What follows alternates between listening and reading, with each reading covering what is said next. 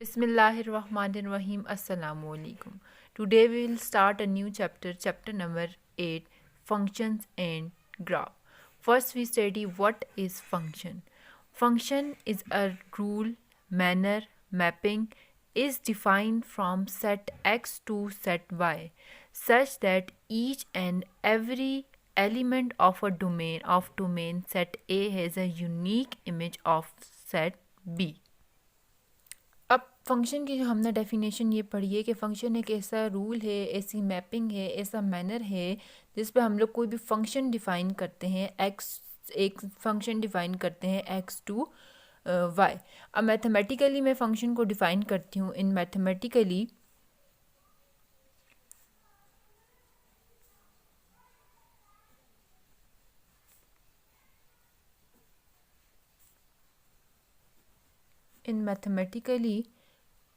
define we define a function f is defined from a to b और हम इसको क्या पढ़ते हैं f is defined from a to b where y is equal to f of x and x belongs to a and y belongs to b। अब हमने function को ये बोला है कि फंक्शन हम लोगों के पास अब फंक्शन में दो चीज़ें डिफ़ाइन है। मीन्स कि हम बोल सकते हैं कि फंक्शन को हम लोग डिफ़ाइन कर सकते हैं टू पार्ट्स में। फर्स्ट पार्ट में हम लोगों के पास आ जाता है first part each and every element of set x each and every element, ये जो हमारे पास है each and every element of a domain set A। इसका मतलब क्या है कि हम लोगों के पास इसकी डोमेन जो होगी वो क्या होगी, हम लोगों के पास नॉन रिपीटेड होगी और इसके जितने भी एलिमेंट्स हैं वो हम लोग तमाम के तमाम जो सेट A में एलिमेंट होंगे या सेट X जो भी या जो फर्स्ट हम लोगों के पास सेट होगा उसके तमाम एलिमेंट हम लोगों के पास क्या होंगे, यूज़ होंगे जब हम लोग किसी भी फंक्शन को डिफ़ाइन करेंगे। सेकेंड कंडीशन हम लोगों के पास क्या है, has a unique image of range set B। Means कि जो अगर इसका कोई भी इमेज बनाएगा सेट ए के एलिमेंट को हम प्री इमेज बोलते हैं और सेट बी के एलिमेंट को हम लोग इमेज बोलते हैं। मीन्स के सेट ए का जो एलिमेंट है उसको हम लोग क्या बोलेंगे, pre image, and set B के जो एलिमेंट है उसको हम बोलेंगे इमेज। अब मैं अब कोई भी एग्जांपल लेती हूँ, लेट में बोलती हूँ let x is equal to 1 2 3। ये मेरा एक सेट आ गया। अब मैं इस तरह से डिफाइन करती हूँ B set, b is equal to 4 5 and 6। अब ये हम लोगों ने let x is equal to 1 2 3 जैसे ये मैंने एक सेट लिया है। अब इसको हम लोग इसमें मैंने कुछ डिफरेंट मैपिंग ड्रा की हैं, जैसे a टू b एक में ये इसी तरह की डिफरेंट मैपिंग है। अब मैं इसको ड्रा करती हूँ। सबसे पहले मैं कहती हूँ कि 1 जो है वो 1 मतलब कि ये जो 1 2 एंड 3 जो सेट है ये आपके पास, मैंने अभी भी कहा था कि ये हमारे पास क्या है, इमेज है। ठीक है, ये हमारे पास क्या है, प्री इमेज है। और जो सेकेंड सेट है जो हम लोग के पास 4 5 और 6 जो है वो हम लोगों के पास क्या है, इमेज है।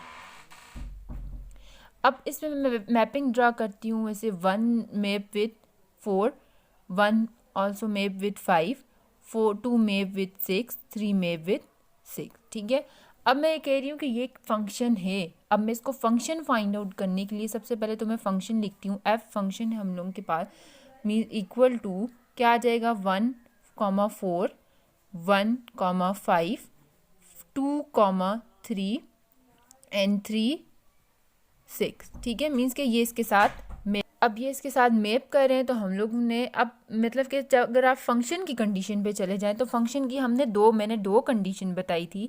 फर्स्ट कंडीशन ये क्या है कि each and every element of a domain set A, and second condition unique image of a range set B, means के कोई भी फर्स्ट जो एलिमेंट होंगे वो डोमेन होते हैं और सेकंड एलिमेंट जो होते हैं वो हमारे पास क्या होती हैं, रेंज, मतलब कि सेकंड जो हैं वो हम लोगों के पास इसमें इसको को डोमेन कहा जाता है। और इसके साथ जो इमेज बना देती हैं, मतलब कि प्री इमेज से जो इमेज बन जाता है वो आपके पास क्या होती है, रेंज होती है। अब इसमें हम लोगों के पास एक और चीज़ है कि हम लोग कह रहे हैं कि फंक्शन में अगर आप सिंपल वर्ड में बोलो तो हम लोग ये बोल सकते हैं no repetition in domain, domain बोल दें या सेट ए बोल दें। तो फर्स्ट कंडीशन हम देखते हैं कि अगर फर्स्ट कंडीशन वैलिड हो रही है या नहीं। तो अब अगर हम इसकी डोमेन लिखते हैं, इस फंक्शन की domain, domain of F is equal to क्या आ जाएगी, फर्स्ट एलिमेंट जो होंगे वो डोमेन आ जाएंगे। हमारे पास इसकी डोमेन आ जाएगी 1 1 2 एंड 3। अब हमने यही बोला है कि नो रिपीटिशन इन डोमेन। अब 1 एक है, ये 2 1 2, मतलब कि 2 टाइम 1 आ रहा है, और जो सेट ए के एलिमेंट थे वो 1 2 3 थे। इट्स मीन कि ये हम लोगों के पास फंक्शन नहीं है। सेकंड एग्जांपल, अगर मैं सेकंड कोई भी अगर इसकी मैपिंग ड्रा कर लेती हूँ, मैं कहती हूँ कि 1 इसको बिलोंग कर रहा है, फिर 2 जो है वो इसके साथ मैप कर रहा है, 3 जो है वो इसके साथ मैप कर रहा है। जब अगर मैं इसका फंक्शन लिखती हूँ कि मैं अगर इसको ऑर्डर पेयर की फॉर्म में लिखा जाए तो ऐसे लिखा जाएगा 1 4 2 5 3 6, ठीक है। अब इसकी यही कंडीशन हमने देखनी है कि ये डोमेन, मतलब कि ये फंक्शन है या नहीं।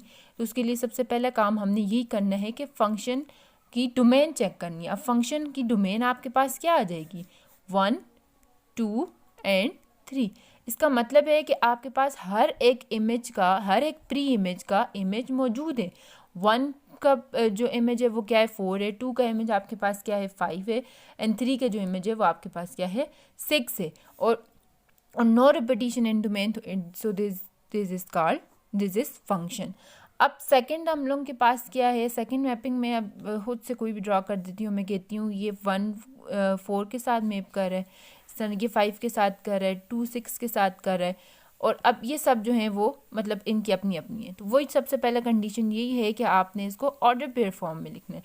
तो ऑर्डर पेयर फॉर्म में लिखते हैं तो 1 4 आ जाएगा, 2 5 आ जाएगा, ठीक है, एंड 3 को मैं बोल देती हूँ ये 6 आ जाएगा। नहीं, 3 हम लोगों के पास नहीं है, और 1 और 5 भी आ जाएगा, 1 एंड 5, ठीक है।